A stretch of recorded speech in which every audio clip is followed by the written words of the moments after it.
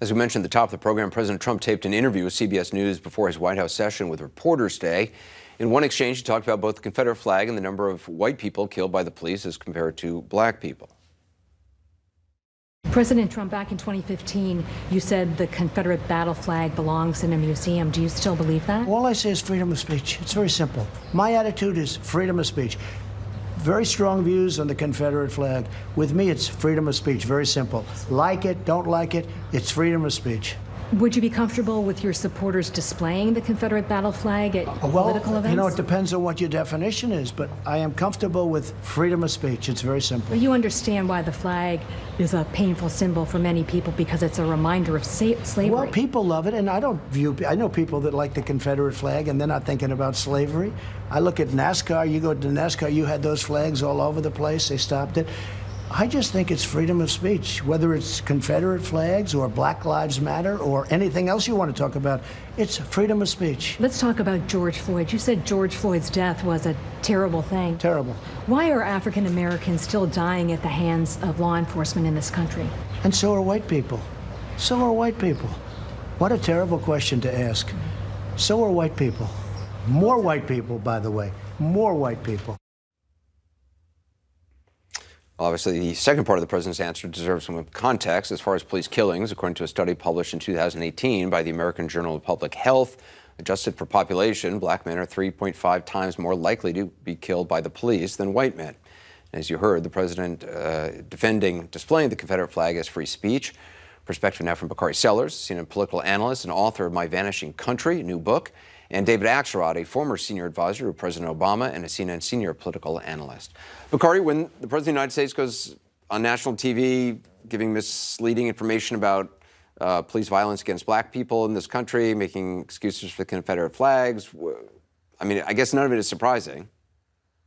None of it is surprising, but I mean, I think that the question we have to ask ourselves is how far have we come?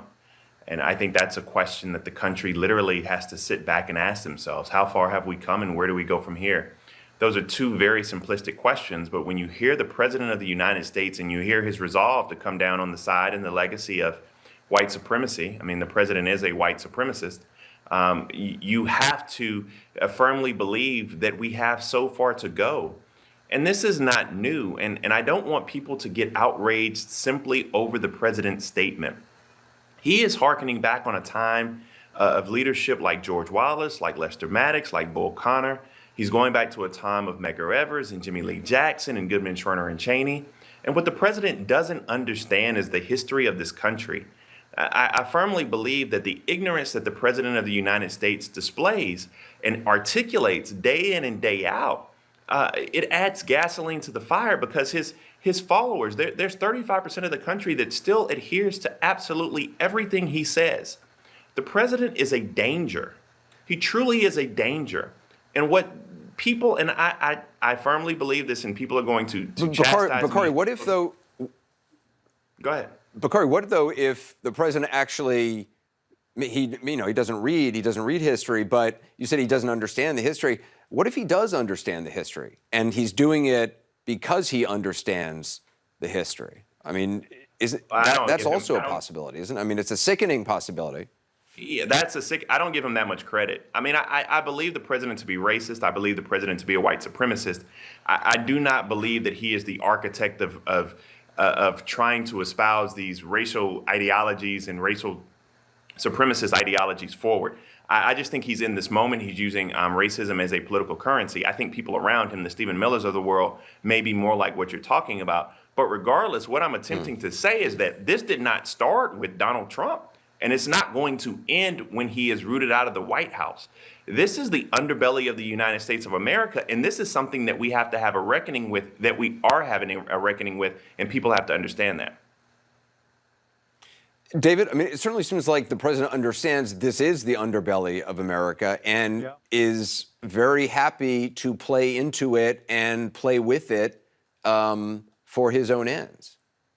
Listen, he's riding the horse that he rode in on. He became president of the United States by espousing these kinds of views. He's espoused them throughout his presidency. I disagree slightly with Bakari. I think he knows exactly what he's doing. He's an opportunist, and he's exploiting race because he thinks it's to his political advantage to do that. I think he's badly misreading this moment and where I think the country has moved. The president has not.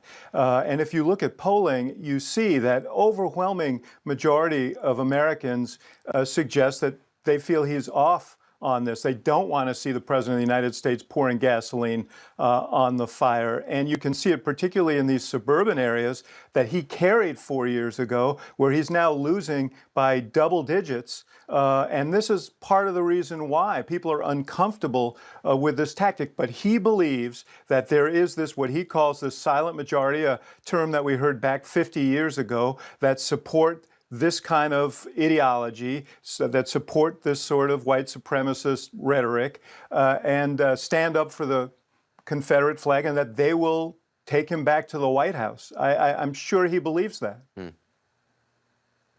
I want to play something from Mary Trump's first interview that she spoke to ABC about the president. Let's listen. April 2017, I'm going to end where I began. Sure. You see the president in the Oval Office, and you tell him, don't let them get you down. Did you mean that? I did, actually. That was 4 months in. He already seemed very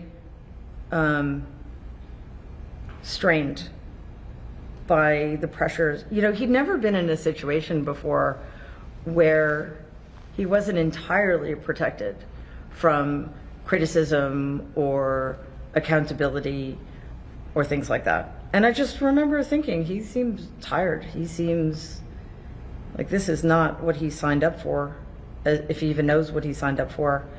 And I thought his response was actually more enlightening than my statement. And he said, they won't get me. And so far, looks like he's right. And if you're in the Oval Office today, what would you say to him? Resign. Boil it down. What's the single most important thing you think the country needs to know about your uncle? He's utterly incapable of leading this country. And it's dangerous to allow him to do so.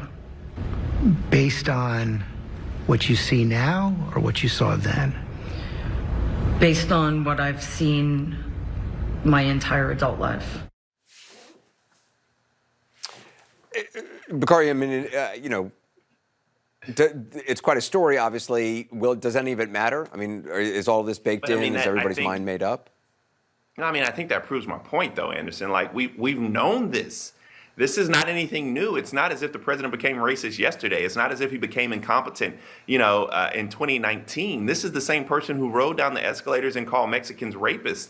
I mean, this is the same person when I was in the studio playing footsie with David Duke. We know this to be true, and all I'm simply saying is that the United States of America, we deserve the president we have today, and we've never dealt with this issue. And so now we have to, and hopefully we can turn the page.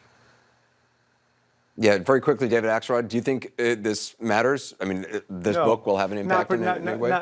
No, I think what matters is that 136,000 people have died and this virus is raging and he seems unresponsive to it. What matters is he seems to be pouring gasoline on the fire of race at a time when the country is having a reckoning about it. These things touch people's lives, and I think they're going to vote on what touches their lives, not on, I think long ago they've made a judgment about his character. Correct. Yeah, David Axelrod, Bakari Sellers, thank you for being with us. Appreciate it.